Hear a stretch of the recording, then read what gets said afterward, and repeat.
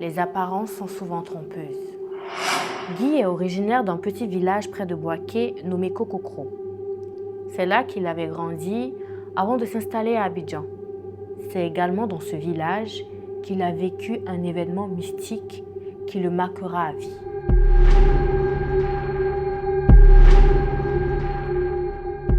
Un soir, après une promenade en groupe, Guy décide de rendre visite à son ami avant de rentrer chez lui. Mais une fois arrivé sur place, le père de son ami l'informe que ce dernier a été envoyé en ville pour des courses et qu'il reviendra malheureusement que le lendemain. Guy décide alors de rentrer chez lui. À côté de la maison de son ami se trouvait un terrain vague où les enfants du village se retrouvaient tous les jours pour jouer. Guy devait donc traverser ce terrain pour retrouver sa maison plus loin.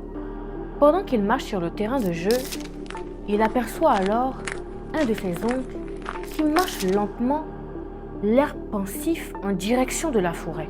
Il décide quand même de le saluer. « Bonsoir tonton Pierre !» Pas de réponse. Pas de réponse d'abord une fois, puis deux, et même une troisième fois. Son oncle ne réagit pas. Troublé, Guy se dit que son oncle doit être absorbé par un problème très grave pour ne pas l'entendre. Mais il insiste quand même et décide de le rattraper. Une fois arrivé à son niveau, il lui tire la chemise en disant de nouveau « Bonsoir tonton !» Mais ce que son oncle fit ensuite le laissa sans voix.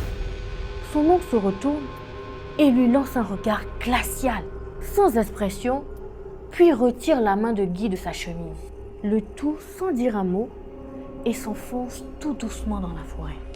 Guy ne comprend pas ce qui vient de se passer, mais décide d'arrêter d'insister et rentre chez lui. À son arrivée à la maison, surprise, il retrouve le même oncle assis dans la cour, cette fois en train de boire du vin de palme et rire avec son père.